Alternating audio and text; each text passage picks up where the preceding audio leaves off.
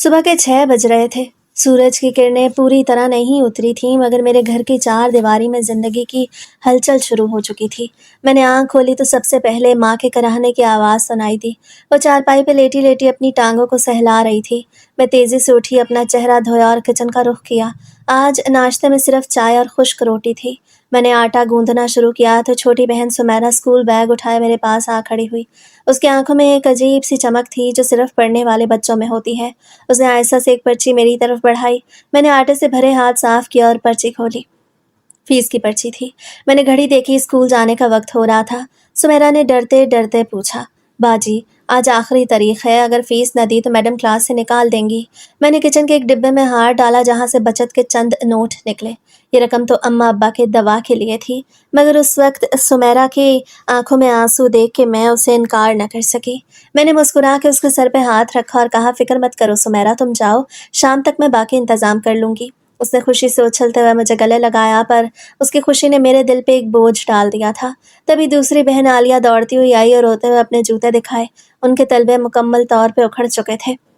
उसने कहा, बाजी आज पीटी का पीरियड है, मैं फटे जूतों के साथ कैसे जाऊंगी। मैंने उसे चुप कराया और कहा, आज तुम पुराने जूते पहन लो, मैं जल्द ही तुम्हारे लिए नए ले आऊंगी। ये कह के मैंने उसे खामोश तो करा दिया, मगर मुझे मालूम नहीं था कि ये जल्द कब आएगी।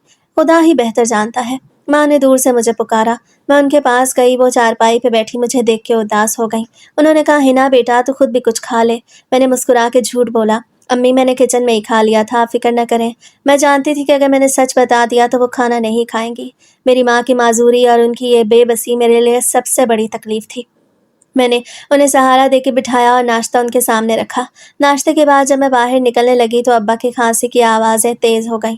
वो दूसरे कमरे में लेटे थे। उनकी तबीयत कल रात से ज़्यादा ख़राब थी। मैंने अंदर झांका तो वो पसीने में शराबूर थे। मैंने उनके पास रखी दवा की शीशी देखी, वो बिल्कुल खाली थी।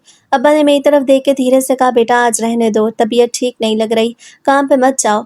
मैंने उनका हाथ थामा और नरमी से कहा, अब्बा अगर आज काम पे न गई तो कल दवा कैसे आएगी, आप फिक्र न करें, मैं जल्दी वापस आ जाऊंगी। ये अल्फाज मेरे अपने दिल को चीर रहे थे, लेकिन मैं जानती थी कि घर की गाड़ी सिर्फ मेरे कंधों पे चल रही है। घर से बाहर निकलते ही जिंदगी की तलखियां मेरा इंतजार कर रही थीं। गलियां तंग थीं और लोग तंग नजर। रास्ते में 2-3 लड़के दीवार के साथ खड़े सिगरेट पी रहे थे। मुझे देखते ही वो जोर जोर से बातें करने लगे और आवाज़ें कसने लगे। मैंने उनकी तरफ देखा तक नहीं, बस अपने कदमों की रफ्तार तेज कर दी। एक लड़के ने मेरा रास्ता रोकने की कोशिश की और तंजिया अंदाज से बोला, इतनी जल्दी कहाँ जा रही हो हिना, आज तो तुम बहुत अच्छी लग रही हो। मैं रुकी, उसकी आंखों में आंखें डाली और सख्त लहजे में कहा, रास्ता छोड़ो, मुझे देर हो रही है। और मेरी सख्ती देख के हक्का बक्का रह गया और पीछे हट गया। मैं वहां से ऐसे निकली जैसे मुझे किसी चीज़ का डर ना हो। हालांकि मेरा दिल धड़क रहा था। शहर के अमीर इलाके में पहुंचकर मैं सीधा शगुफ्ता बेगम के घर गई। वो एक बड़ा और आलीशान घर था। मैंने अंदर जाकर सफाई शुरू की। शगुफ्ता बेगम का शौहर ड्राइंग रूम में अखबार पढ़ रहा था। मैंने सफाई के दौरान देखा कि वो मुझे मुसलसल देख रहा है। वो अचानक उठ के मेरे करीब आया और बोला, तुम इतनी जल्दी जल्दी काम क्यों करती हो, क्या कहीं और भी जाना होता है। उसका अंदाज मुझे बिल्कुल पसंद ना आया। मैंने नज़रें झुकाए बगैर कहा, जी बाजी ने कहा है जल्दी काम ख़त्म करना है, फिर मैंने दूसरे घर भी जाना है। वो हंसा और बोला, बड़ी मसरूफ़ रहती हो आजकल। मैंने कोई जवाब नहीं दिया और अपनी सफाई में मगन रही। वो कुछ और बोलना चाहता था, लेकिन मैं खामोशी से वहाँ से निकल गई। मुझे काम ख़त्म करके अगले घर की तरफ जाना था। रास्ते में मैंने एक बार फिर अपने दुपट्टे की गांठ देखी। रकम बहुत कम थी, लेकिन मेरे दिल में एक अज़म था कि मैं इन मुश्किलात को शिकस्त दे के रहूँगी। मैं अकेली नहीं थी। मेरी माँ, अब्बा और 2 छोटी बहनों की उम्मीदें मुझसे वाबस्ता थीं। मैंने अपनी चादर संभाली और तेज़ कदमों से रिफ़त बेगम के घर की तरफ चल पड़ी, जहाँ मुझे मालूम था कि कोई है जो मुझे सिर्फ एक मुलाजिमा नहीं, एक इंसान समझता है। मैं रिफ़त बेगम के घर के गेट पे पहुंची तो थकन के मारे मेरा वजूद निढाल हो रहा था। शगुफ्ता बेगम के घर में पेश आने वाले वाक़े ने मेरे एसाब को बुरी तरह मुतासर किया था। मैंने बेल बजाई तो रिफ़त बेगम ने खुद दरवाज़ा खोला। उनके चेहरे पर एक मानूस सी मुस्कुराहट थी। उन्होंने मुझे अंदर बुलाया।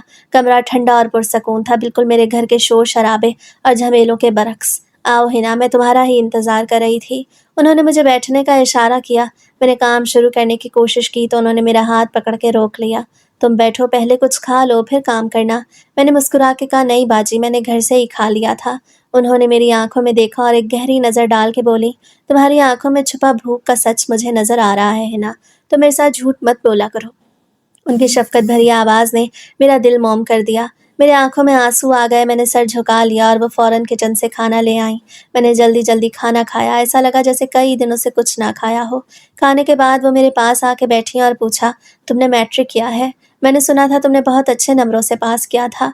मैंने एक लंबी सांस ली और कहा, जी बाजी, दिल तो था कॉलेज जाऊं, डॉक्टर बनूं, लेकिन अब्बा की बीमारी और घर के हालात ने मुझे वक्त से पहले बड़ा कर दिया। मैंने एक बार फिर उन किताबों की तरफ देखा जो शेल्फ में रखी थी। रिफत बेगम ने मुझे गौर से देखा और बोली, वक्त हमेशा एक सा नहीं रहता, तुम अपनी हिम्मत मत हारो। मुझे उनकी बातों से एक नई ताकत महसूस हुई। मैंने सफाई मुकम्मल की और जब बाहर निकली तो दोपहर ढल रही थी। गली के नुक्कड़ पर मोहल्ले की दो औरतें, सकीना और रजिया, खड़ी थीं। मुझे देखते ही वो खामोश हो गईं। मैंने सर नीचा करके गुजरने की कोशिश की तो सकीना की ऊंची आवाज़ मेरे कानों से टकराई, देखो कितनी सज धज के निकलती है, घरों में काम करने के बहाने कहाँ कहाँ जाती होगी। आजकल की लड़कियों का कोई भरोसा नहीं। दूसरी औरत हंसी और बोली, आखिर किसी न किसी को तो पसंद किया होगा, इतने घरों में जो जाती है।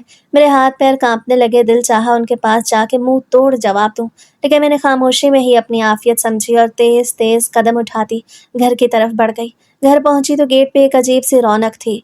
फुप्पो जरीना वहां मौजूद थी। वो मेरी माँ के पास बैठी कुछ कह रही थी।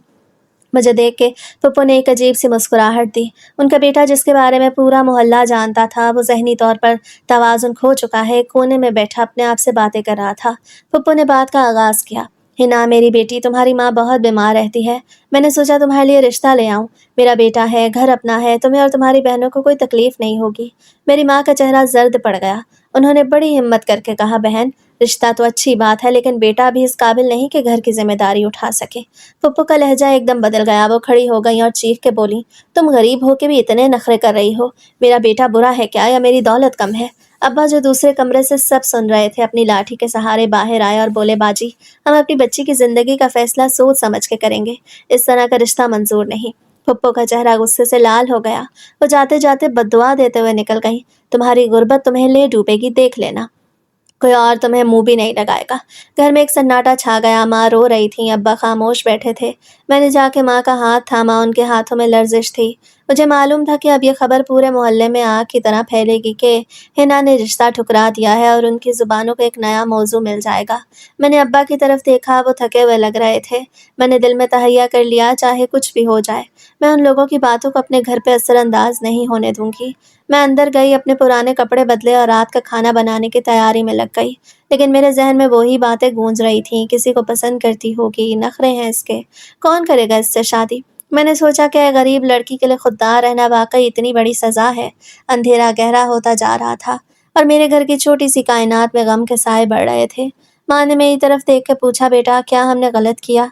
मैंने उन्हें सीने से लगाया और कहा, नहीं अम्मी, जो सही था वही किया।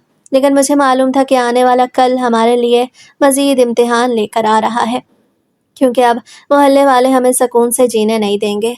अगली सुबह जब मैं घर से बाहर निकली तो मोहल्ले की फ़िज़ा बदली हुई महसूस हो रही थी। गली के नुक्कड़ पे खड़ी औरतें मेरे गुजरते ही हंसने लगीं।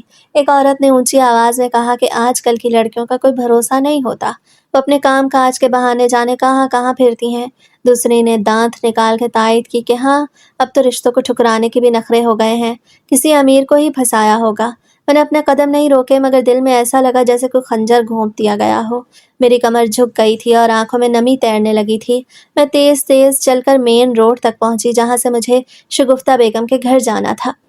सारा दिन काम के दौरान भी मुझे वही आवाज़ें सुनाई देती रहीं। ऐसा लग रहा था कि हर दीवार, हर कोने से मेरे किरदार पे उंगलियां उठ रही हैं।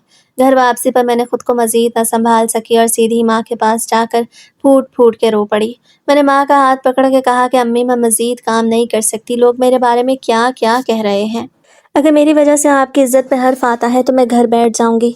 माँ ने रोते हुए मुझे सीने से लगा लिया, मगर उनके पास कोई जवाब नहीं था। तभी अब्बा दूसरे कमरे से लड़खड़ाते हुए आए।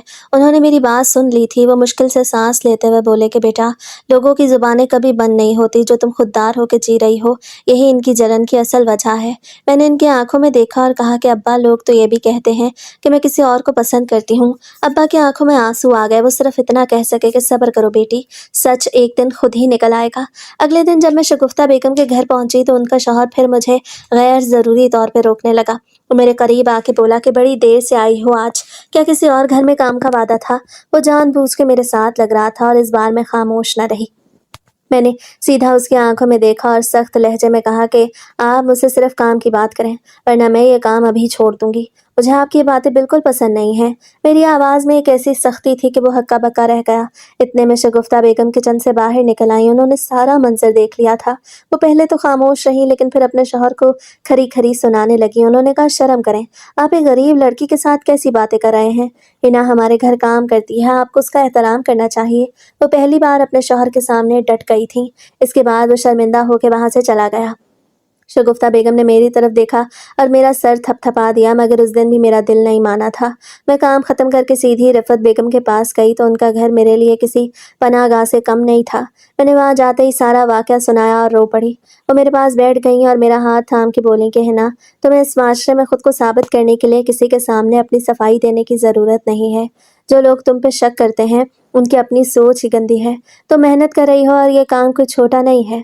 उन्होंने मुझे इस कदर हिम्मत दी कि मुझे लगा अब मैं किसी भी हालात का सामना कर सकती हूँ। उनकी बातें सुनकर मेरे अंदर एक नई ताकत पैदा हुई। मैंने सोचा कि औरत जो मेरी इतनी हिमायत कर रही है, कल को अगर मुझ पे कोई बड़ी मुसीबत आई तो शायद यही वो वाहिद शख्स होगी जो मेरे साथ खड़ी होगी। मैंने उस दिन फैसला कर लिया कि अब मैं हर उस शख्स का मुंह तोड़ जवाब दूंगी जो मेरी इज्जत को अपनी बातों से दागदार करने की कोशिश करेगा। मैंने खुद को कमज़ोर नहीं होने दिया, चाहे हालात कितने ही ज़्यादा संगीन क्यों ना हो जाए। मेरी बहनों का मुस्तकबिल और अब्बा का इलाज मेरा पहला फ़र्ज़ था और मैं इसके लिए हर कीमत अदा करने को तैयार थी। घर वापसी पर मैंने चादर ठीक की और सर उठा के चली। मैं जानती थी कि अब मेरी ज़िंदगी का सफ़र एक नए मोड़ पे आ चुका है और मुझे अब किसी से डरने की ज़रूरत नहीं है। मैंने खुद को ये यकीन दिलाया कि मैं खुददार लड़की हूँ और मेरी मेहनत मेरी पहचान है, ना कि इन लोगों की जहरीली ज़ुबानें जो सिर्फ दूसरों को गिरा कर सुकून पाते हैं। रात को सोते हुए मैंने अपने ख्वाबों को फिर से याद किया जो कहीं पीछे छूट गए थे। मैंने सोचा एक दिन ऐसा आएगा कि ये सब लोग शर्मिंदा होंगे जब मैं अपनी मेहनत से कामयाब होकर दिखाऊंगी। मेरी ये सोच ही अब मेरा हथियार बन चुकी थी। कुछ दिन गुजरे तो जिंदगी में हल्की सी खुशी की किरण नजर आई। मेरी छोटी बहन सुमेरा जब स्कूल से घर लौटी तो उसका चेहरा खुशी से दमक रहा था। उसे भाग के मेरा हाथ पकड़ा और अपनी क्लास में सबसे ज़्यादा नंबर लेने की पर्ची दिखाई। घर में जैसे ईद का सा समा हो गया था। मैंने अपनी छुपाई मामूली रकम में से कुछ पैसे निकाले और मिठाई का एक छोटा सा डिब्बा ले आई। माँ और अब्बा के चेहरों पे भी मुस्कुराहट आ गई थी जो कई दिनों से गायब थी। मैंने जब सुमेरा को मिठाई खिलाई तो उससे जिद की कि आप भी खाएं। हम सब ने एक दूसरे के साथ खुशी बांटी और मुझे लगा कि मोहल्ले वालों की बातों का जहर शायद उस छोटी सी खुशी के सामने मांद पड़ गया है। उस रात जब घर में सब सो गए तो मैंने अलमारी के निचले खाने से अपनी मैट्रिक की पुरानी किताबें निकाली। उन पर धूल जमी हुई थी।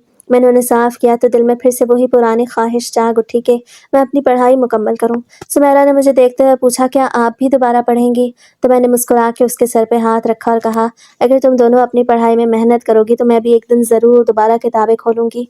उस लम्हे मुझे एहसास हुआ कि मेरा जीना अब सिर्फ घर चलाने के लिए नहीं बल्कि अपनी बहनों का मुस्तकबिल बनाने के लिए है। अगले दिन जब मैं रिफ़त बेगम के घर गई तो उन्होंने मेरी पढ़ाई के बारे में पूछा। मैंने उन्हें सुमेरा की कामयाबी और अपने ख्वाबों के बारे में बताया तो बहुत खुश हुई। उन्होंने मुझे मशवरा दिया कि तुम मैट्रिक पास हो, क्यों ना तुम मोहल्ले के छोटे बच्चों को ट्यूशन पढ़ाना शुरू करो। इससे तुम्हें घर बैठे कुछ पैसे भी मिल जाएंगे और तुम्हारी पढ़ाई का ताल्लुक भी नहीं टूटेगा। मुझे उनका मशवरा बहुत अच्छा लगा। मैंने सोचा कि ये काम मैं घर से कर सकती हूँ और मुझे रोज़ाना लोगों के घरों में जाने की ज़रूरत भी कम पड़ेगी। मैंने घर आकर माँ से बात की तो वो भी राज़ी हो गई। इसी असना में मोहल्ले में एक नया पुलिस अफसर तैनात हुआ जिसका नाम कामरान था। वो काफ़ी दिनों से इलाके में गश्त कर रहा था। एक दिन मैं बाजार से सौदा सलफ लेके लौट रही थी तो देखा कि वो एक बूढ़े दुकानदार की मदद कर रहा था जो अपनी रेहड़ी उलटने से बचा रहा था। उसका अंदाज बहुत अच्छा था और वो लोगों से मुस्कुरा के बात कर रहा था। मैं उसे देख के बस एक आम पुलिस वाले के तौर पे नज़रअंदाज करके आगे बढ़ गई, क्योंकि मेरी ज़िंदगी के मसाइल इतने ज़्यादा थे कि मुझे किसी और की शख्सियत में कोई दिलचस्पी नहीं थी। कुछ दिन बाद मेरा रास्ता एक पुलिस नाके से गुजरा जहां वही अफसर कामरान ड्यूटी पे मौजूद था। मैं अपनी चादर दुरुस्त करके तेज़ कदमों से गुजरने लगी तो उसने मुझे रुकने का इशारा किया। मेरा दिल एकदम से उछल के गले में आ गया। मुझे लगा शायद आज भी कोई मुसीबत आने वाली है, मगर वो बहुत आराम से बोला, कहाँ से आ रही हो? मैंने घबरा कर जवाब दिया, काम से आ रही हूँ। उसने पूछा, कौन सा काम? तो मैंने सर झुका के उसे बताया कि घरों में सफाई करती हूँ। उसने एक लम्हे के लिए मुझे गौर से देखा और फिर मुस्कुरा के बोला, अपना शनाख्ती कार्ड दिखाओ। मैंने अपना कार्ड निकाल के दिया तो उसने उसे देखा और कहा, ठीक है, जाओ अपना ख्याल रखा करो, ये इलाका शाम के बाद कुछ सुनसान हो जाता है। मैंने सर हिलाया और वहां से तेजी से निकल गई। शुक्र कि मेरे पास कार्ड था। वैसे कौन कार्ड लेके फिरता है, मगर आज बाजी ने किसी मदद करने के लिए मेरा कार्ड मंगवाया था। उसकी बातें मुझे अजीब लगी, इतनी शराफ़त इससे पहले किसी ने नहीं दिखाई थी, मगर मैंने उसे अपनी ड्यूटी का हिस्सा समझा। घर पहुँच के अब्बा की तबीयत दोबारा बिगड़ गई। खांसी के साथ साथ उनके सीने में दर्द उठ रहा था। मुझे समझ नहीं आ रहा था कि दवा के पैसे कहाँ से आएंगे। रिफत बेगम के हाथ से मिलने वाली रकम ख़त्म हो चुकी थी और ट्यूशन के बच्चे अभी तक नहीं मिले थे। मैंने सोचा क्यों ना मैं अपने काम का वक्त बढ़ा दूँ ताकि कुछ इजाफी पैसे जमा हो सकें। मैंने फैसला किया कि अब मैं रिफत बेगम के घर थोड़ा ज़्यादा वक्त गुजारूंगी ताकि कुछ और काम भी कर सकूं। रात को सोते वक्त मेरे जहन में बार बार वही पुलिस वाला आ रहा था। वो जितना शरीफ दिखाई दे रहा था उतना ही उसकी बातों में एक अजीब सी संजीदगी थी जो मुझे उलझन में डाल रही थी। मैंने खुद को समझा रखा था कि हिना, तुम्हें इन चीज़ों से क्या लेना देना, तुम्हारा काम बस अपना घर चलाना है। तुम क्यों किसी अनजान शख्स के बारे में सोच रही हो, मगर जाने क्यों मेरा दिल गवाही नहीं दे रहा था। ऐसा लग रहा था जैसे आने वाले दिनों में कोई बहुत बड़ी तब्दीली मेरी ज़िंदगी का इंतज़ार कर रही है। मैंने करवट बदली और सोचा कि कल का दिन बहुत मसरूफ़ होगा। अब्बा के लिए डॉक्टर का बंदोबस्त करना है, सुमेरा की इस महीने की फ़ीस भी बाकी है। ज़िंदगी बस इसी भाग दौड़ का नाम थी और मुझे अब किसी भी हाल में रुकना नहीं था। इलाके में कामरान की साख एक ईमानदार और हमदर्द पुलिस अफसर के तौर पर कायम हो चुकी थी। दुकानदारों से सुनती थी कि वो कैसे लोगों के मसाइल हल करता है और मुश्किल वक्त में उनकी मदद को पहुंच जाता है। मैं जब भी उसे कहीं देखती तो दिल में उसके लिए एक एहतराम पैदा होता, मगर मेरा जहन घर के हालात और अब्बा की बिगड़ती हुई तबीयत में उलझा रहता था। एक दिन अब्बा को तेज़ बुखार हुआ तो मेरे हाथ पांव फूल गए। डॉक्टर ने कुछ महंगी दवाएं लिखी जिन्हें खरीदना मेरी हैसियत से बाहर था। मैंने फैसला किया कि अब मुझे अपने काम के वक्त में वाकई में इजाफा करना होगा ताकि इन पैसों का बंदोबस्त हो सके। इसी दौरान रिफत बेगम के घर उनके 2 जुड़वां बच्चों की सालगिरह की तैयारियां शुरू हो गईं। वो बहुत मेहमान नवाज थी। उन्होंने मुझे ख़ास तौर पे कहा कि हिना, तुमने आज तैयारी में मेरी मदद करनी है। घर की सफाई और सजावट में मेरा सारा दिन गुजर गया। शाम ढलने लगी थी मगर काम का बोझ ख़त्म होने का नाम नहीं ले रहा था। रिफत बेगम ने प्यार से मुझे खाने की मेज़ पे बिठाया और कहा, आज तुम खाना खा के ही जाना, तुम बहुत थक गई हो। मगर मुझे घर की फ़िक्र खाए जा रही थी। मैंने माज़रत करते हुए कहा, बाजी, अब्बा अम्मा घर पे इंतज़ार कर रहे होंगे, उनके लिए खाना भी बनाना है, इसलिए मैं आज जल्दी निकलना चाहती हूँ। मगरिब की अज़ानें शुरू हो चुकी थीं जब मैं घर से बाहर निकली। सड़क पर सन्नाटा था और साए लंबे हो रहे थे। मेरी जेब में मौजूद फ़ोन बार बार बज रहा था। सुमेरा की कॉल थी। वो पूछ रही थी, बाजी आप कब आएंगी? मैंने उसे तसल्ली देते हुए कहा, बस मैं रास्ते में हूँ, थोड़ा सा काम बाकी था इसलिए देर हो गई। मगर असल में मुझे रिक्शा तक नहीं मिल रहा था। मैंने तेज़ी से कदम बढ़ाए और सुनसान रास्तों से गुजरने लगी। मेरे दिल की धड़कनें तेज़ हो रही थी क्योंकि इस इलाके में रात के वक्त अकेले चलना किसी खतरे से कम नहीं था। मैंने बार बार पीछे मुड़ के देखा तो मुझे महसूस हुआ कि कोई गाड़ी काफ़ी देर से मेरे पीछे चल रही है। मेरा दम घुटने लगा था। मैंने अपनी रफ्तार मज़ीद तेज़ कर दी, लेकिन वो गाड़ी मेरे बिल्कुल करीब आकर रुक गई। गाड़ी का शीशा नीचे हुआ तो वही पुलिस अफसर कामरान अंदर बैठा नजर आया। उसका चेहरा मामूल से कुछ ज़्यादा संजीदा लग रहा था। उसे मुस्कुरा के पूछा कि इतनी रात गए अकेली कहाँ जा रही हो? मैंने खौफ और हिचकिचाहट के मिले जुले एहसास के साथ कहा कि घर जा रही हूँ, काम से देर हो गई थी। उसने मुझे गाड़ी में बैठने का इशारा किया और बोला कि इस वक्त सड़क पे कोई रिक्शा नहीं मिलेगा, आओ मैं तुम्हें छोड़ देता हूँ।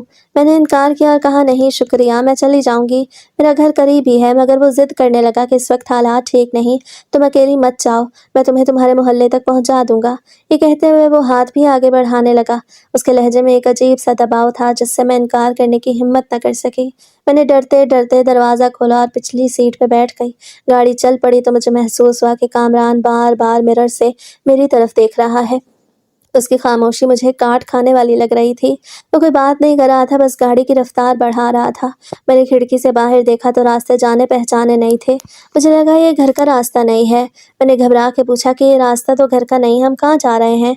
उसे कोई जवाब न दिया, बस एक पुरसुकून अंदाज में गाड़ी चलाता रहा। मेरे माथे पे पसीना आ गया था। मेरा दिल जोर जोर से धड़क रहा था कि आखिर ये क्या हो रहा है? एक शरीफ अफसर इतनी अजीब हरकत क्यों कर रहा है? गाड़ी एक सुनसान और वीरान जगह पे जाकर रुक गई जहाँ दूर दूर तक कोई आबादी नहीं थी। कामरान ने गाड़ी का इंजन बंद किया और खामोशी से मेरी तरफ मुड़ा।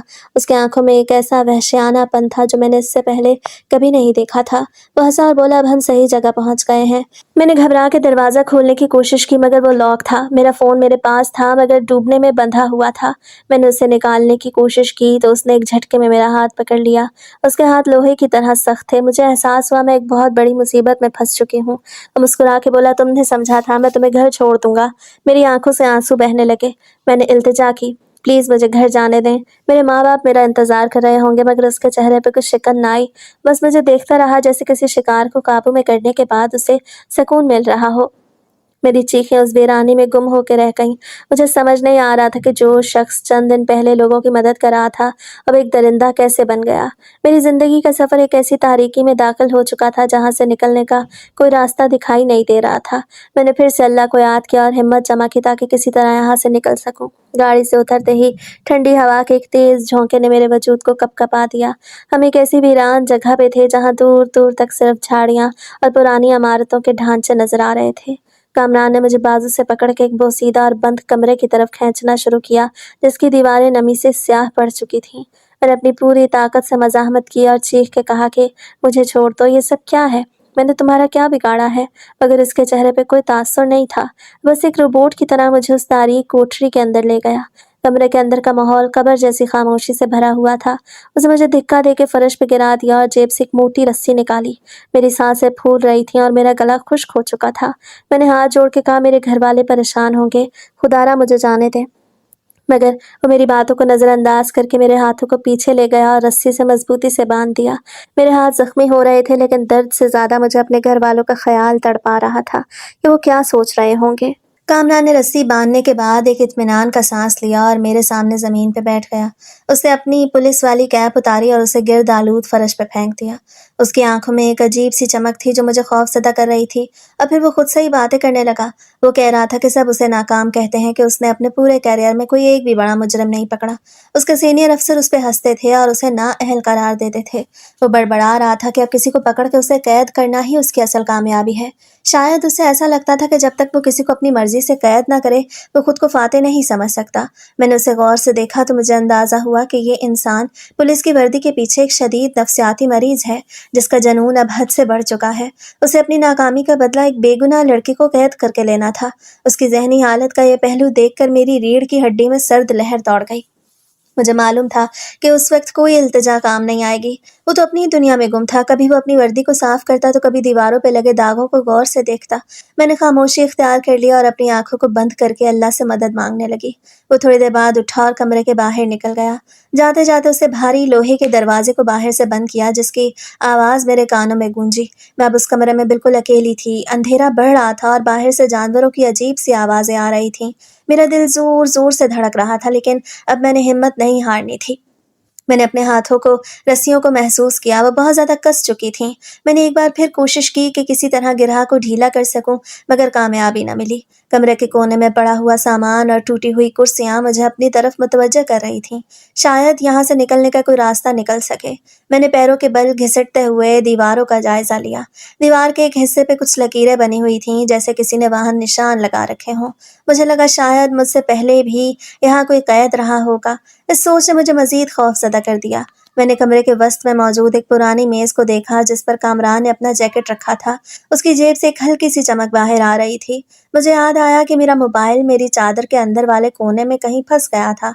जब उसने मुझे ज़बरदस्ती गाड़ी से उतारा था तो वो गिर गया था।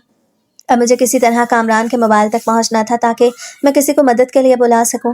मैंने एक बार फिर अपनी पूरी कुव्वत लगा के हाथों की रस्सियों को खोलने की कोशिश की। मेरी कलाइयाँ छिन चुकी थीं और खून के कतरे फर्श पे गिर रहे थे, मगर मैंने हिम्मत नहीं हारी। मैंने अपने पैरों से फर्श पे मौजूद कंकरियों को टिटोलना शुरू किया ताकि कोई नोकीली चीज़ मिल सके जिससे रस्सी काटी जा सके। इसी दौरान मुझे एक लोहे का पुराना टुकड़ा मिला। मैंने उसे पैरों के दरमियान दबाया और अपनी बंधी हुई कलाइयों को उसके ऊपर रगड़ना शुरू कर दिया। यह अमल बहुत तकलीफ-दह था, मगर मुझे किसी भी कीमत पे आज़ादी चाहिए थी। बाहर से कामरान के भारी जूतों की आवाज़ें आ रही थीं। ऐसा लग रहा था कि वो पहरा दे रहा है। मैंने अपने दिल को मजबूत किया और मुसलसल उस लोहे के टुकड़े पर रस्सियाँ रगड़ती रही, जब तक कि वो थोड़ी सी ढीली न हो गईं। मैंने अपने ज़हन में एक मंसूबा तैयार कर लिया था कि जैसे ही वो दरवाज़ा खोलेगा, मैं क्या करूँगी। मुझे बस उस एक लम्हे का इंतज़ार था जो मेरी ज़िंदगी का फ़ैसला कर सकता था। कमरे के अंदर की नमी और घुटन मुझे बेहोश कर रही थी, मगर मेरी उम्मीद मुझे ज़िंदा रखे हुए थी। मैंने सोचा कि अगर आज मैं यहाँ से निकल गई तो मैं सिर्फ अपनी जान ही नहीं बचाऊँगी, बल्कि उस दरिंदे का मकरूह चेहरा भी पूरी दुनिया के सामने लाऊँगी, ताकि कोई और लड़की उसकी हवस और जुनून का शिकार न बने। मैंने दुआ की कि अल्लाह मुझे इतनी ताकत दे कि मैं उस बंद दरवाजे को तोड़ सकूं, या कम से कम बाहर निकलने का रास्ता ढूंढ सकूं। रात का अंधेरा अब मुकम्मल तौर पे छा चुका था और बाहर की वीरानी मेरे दिल में वहशत पैदा कर रही थी, मगर मैंने अपनी निगाहें उस दरवाजे पे जमा रखी थीं जहाँ से कामरान के दोबारा आने का अंदेशा था। मैंने खुद को तैयार किया और अपनी आंखों के आंसू पोंछ लिए। मैं अब एक डरी हुई लड़की नहीं बल्कि एक जंगजू थी जो अपनी आज़ादी के लिए हर हद पार करने को तैयार थी। दरवाजे के बाहर से भारी कदमों की चाप सुनाई दी और एक लम्हे बाद कुंडी खुलने की आवाज़ के साथ कामरान कमरे के अंदर दाखिल हुआ। उसके बाल बिखरे हुए थे, उसकी आंखों में एक अजीब सी खुमार और वहशत थी। वो सीधा मेरी तरफ बढ़ा और एक कुर्सी घसीट के मेरे बिल्कुल सामने बैठ गया। और मुझे ऐसे घूर रहा था जैसे मैं कोई खिलौना हूँ जिसके साथ वो अपनी मर्जी से खेल सकता है। उसने हंसते हुए कहा कि तुम जानती हो तुम्हारे घर में अब तक क्या सोच रहे होंगे। उन्हें लगता है तुम शायद काम से वापस आते हुए कहीं गुम हो गई हो या किसी रिक्शा में बैठ गई होगी। मैंने भी अभी अभी तुम्हारे घर के फ़ोन पे एक मैसेज किया है कि तुम कुछ दिन अपनी किसी सहेली के घर रहोगी। उसकी ये बात सुन के मेरा दिल बैठ गया। वो कितना शातिर था कि मुझे गायब करने के बाद मेरी ही तरफ से घर वालों को झूठे पैगामात भी भेज रहा था ताकि मुझे कैद में रख के अपनी झूठी अना की तस्कीन कर सके। अभी तक मैंने रस्सी भी नहीं तोड़ी थी, इसलिए मुझे डर लग रहा था। उसके गरूर और खुद पसंदी ने मुझे एक मौका फराहम किया कि वो अपनी कामयाबी पे इतना खुश था कि उसने अपनी जेब से मेरा फ़ोन निकाला और उसे मेज़ पे रख दिया। वो बार बार उसे देख के मुस्कुरा रहा था। मैंने अपनी बंधी हुई कलाइयों को एक बार फिर रगड़ा और हिम्मत जमा की। मैंने उसे बातों में उलझाने के लिए पूछा कि तुम ऐसा क्यों कर रहे हो? क्या तुम्हें डर नहीं लगता कि कानून तुम्हें पकड़ लेगा? वो कहकहा लगा के बोला कि मैं खुद कानून हूँ। तुम लोग कानून को क्या समझते हो? मैंने यहाँ ऐसी ऐसी चीज़ें छुपा रखी हैं कि किसी को कानो कान खबर नहीं होगी। उसकी बातों ने मुझे यह मौका दिया कि मैं अपनी पूरी तवज्जो उसकी जेब पे रखूं। अब फिर वो खुद से बातें करता करता वहीं सो गया। मैंने बहुत होशियारी से दोबारा रस्सी काटना शुरू की और फिर हाथ आज़ाद करवा के उसकी जेब से अपना मोबाइल निकाल लिया। मुझे रफ़त बेगम का नंबर याद था। मैंने बड़ी मुश्किल से उनका नंबर डायल किया। मेरा हाथ कांप रहा था और मेरे दिल की धड़कन कमरे में गूंज रही थी। कॉल मिलते ही मैंने फ़ोन को अपने पेट के करीब दबाए रखा ताकि आवाज़ बाहर न निकले। दूसरी तरफ से रफ़त बेगम की आवाज़ आई। हेलो, कौन? मैंने इंतहाई मध्यम और कांपती हुई आवाज़ में कहा, बाजी, मैं हिना हूँ, मुझे बचा लें। मैं नहीं जानती मैं कहाँ हूँ, वो मुझे किसी वीरान जगह पे कैद करके बैठा है। रिफ़त बेगम की चीख निकल गई मगर उन्होंने खुद को संभाला और कहा, हिना, बेटा हिम्मत मत हारो, तुम देखो अपने इर्द गिर्द क्या है, क्या तुम्हें कुछ नज़र आ रहा है? कामरान उस वक्त अपनी नींद में मगन था। रिफ़त बेगम ने कहा, तुमने जिस तरह फ़ोन किया है तुम बहुत हिम्मत वाली हो। मैं पुलिस को भेजती हूँ, बस मुझे ये बताओ कि तुमने क्या देखा। मैंने कहा, यहाँ कुछ पुरानी दीवारें हैं और पास ही किसी नहर के बहने की आवाज़ आ रही है। इसके बाद कामरान जो उठ गया, उसने एक झटके से मेरी तरफ देखा और फ़ोन को मेरे हाथ से छीनने के लिए हाथ बढ़ाया। मैंने उसे अपने पीछे छुपाया और कहा, ये क्या कर रहे हो? वो मेरी अजीब सी हरकतों पर शक में पड़ गया। कामरान के चेहरे पर गुस्से के आसार नुमाया हो गए। उसे धाड़ के कहा कि तुम कुछ छुपा रही हो, तुमने किससे बात की? मैंने कहा, मैं तो बस खुद से ही बातें कर रही थी, अपनी किस्मत पे रो रही थी। वो करीब आया और मेरी तलाशी लेने लगा। मैंने अपनी चादर को इस तरह लपेटा कि मोबाइल उसके हाथ न लगे। मेरा दिल हलक में आ गया था। वो मेरे बिल्कुल करीब था। उसकी गर्म सांसें मेरे चेहरे पे महसूस हो रही थीं। मैंने एक बार फिर दुआ की कि अल्लाह, अब तू ही मेरी मदद कर सकता है। उसने मुझे धिक्का दिया तो मैं दीवार से जा टकराई। मेरी कमर में शदीद दर्द उठा मगर मैंने ज़ुबान से उफ तक न निकाली। उसका शक मज़ीद गहरा हो गया। वो कमरे के कोने में जाके कुछ ढूंढने लगा।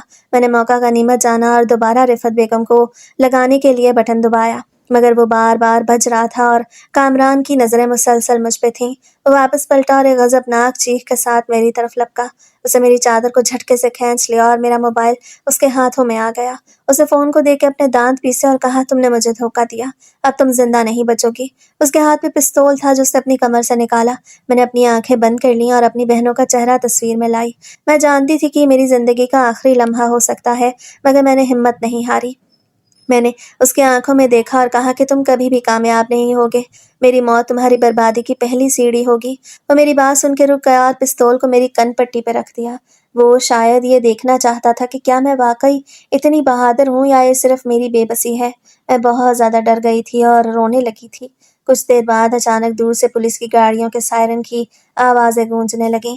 उन आवाज़ों को सुनते ही कामरान के हाथ कांप उठे।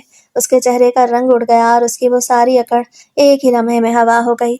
उसे घबरा के इधर उधर देखा और पिस्तौल हटाकर दरवाजे की तरफ बढ़ने लगा ताकि फरार हो सके मगर बहुत देर हो चुकी थी। बाहर से पुलिस के भारी जूतों की आवाज़ें और रिफ़त बेगम की पुकार सुनाई दी और अगले ही लम्हे कमरे का बोसीदा दरवाज़ा जोरदार धमाके के साथ खुल गया।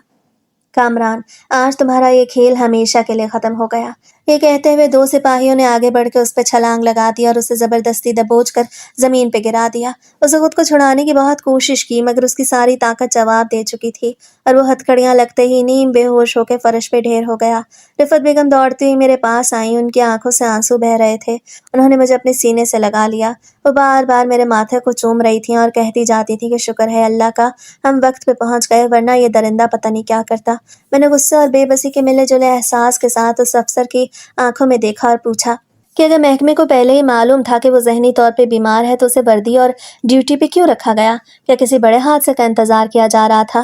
میرا یہ سخت سوال سن کے وہ انسپکٹر اور باقی پولیس والے لاجواب ہو گئے۔ ان کے پاس میری اس بات کا کوئی جواب نہیں تھا کیونکہ وہ جانتے تھے کہ غفلت کہاں ہوئی تھی۔ اس کے بعد انہوں نے کامران کو گھسیٹ کے اٹھایا اور اسے پولیس وین کی طرف لے جانے لگے۔ وہ زمین پر پاؤں گھسیٹ رہا تھا اور اس کے منہ سے بے ربط باتیں نکل رہی تھیں۔ وہ پوری طرح ایک شکست خوردہ پاگل لگ رہا تھا جسے اپنے ہی کیے کی سزا مل رہی تھی۔ میں نے رفت بیگم کا ہاتھ مضبوطی سے تھام لیا اور اس کمرے سے باہر نکل آئی جہاں میں نے زندگی کی سب سے بڑی دہشت دیکھی تھی۔ باہر کھلی ہوا میں سانس لے کے مجھے ایسا لگا جیسے مجھے ایک نئی زندگی مل گئی ہے اور اب وہ تمام سائے ہمیشہ کے لیے مٹ چکے ہیں جن کے خوف نے مجھے اندر سے توڑ دیا تھا۔ رفت بیگم کی گاڑی جب ہمارے گھر کے دروازے کے باہر رکی تو دل میں ایک عجیب سا سکون اور اپنوں میں واپسی کی راحت محسوس ہو رہی تھی۔ میں نے جیسے ہی گھر کے اندر قدم رکھا تو میری ماں جو چارپائی سے بھی ٹھیک طرح سے اٹھ نہیں سکتی تھیں بلبلاتی ہوئی میری طرف لپکیں اور مجھے اپنے سینے سے لگا کے پھوٹ پھوٹ کے رونے لگیں۔ میری دونوں چھوٹی بہنیں سمیرہ اور عالیہ بھی بھاگتی ہوئی آئیں اور میرے گلے لگ کے سسکیاں لینے لگیں۔ ان کی آنکھوں کے آنسو اور ان کی محبت نے میرے دل کے تمام زخموں پر مرہم رکھ دیا۔ ابا جو دوسرے کمرے میں لیٹے ہوئے تھے وہ دیوار کا سہارا لے کر باہر آئے اور انہوں نے آگے بڑھ کے خاموشی سے میرے سر پہ ہاتھ رکھا۔ ان کی آنکھوں میں نمی تھی مگر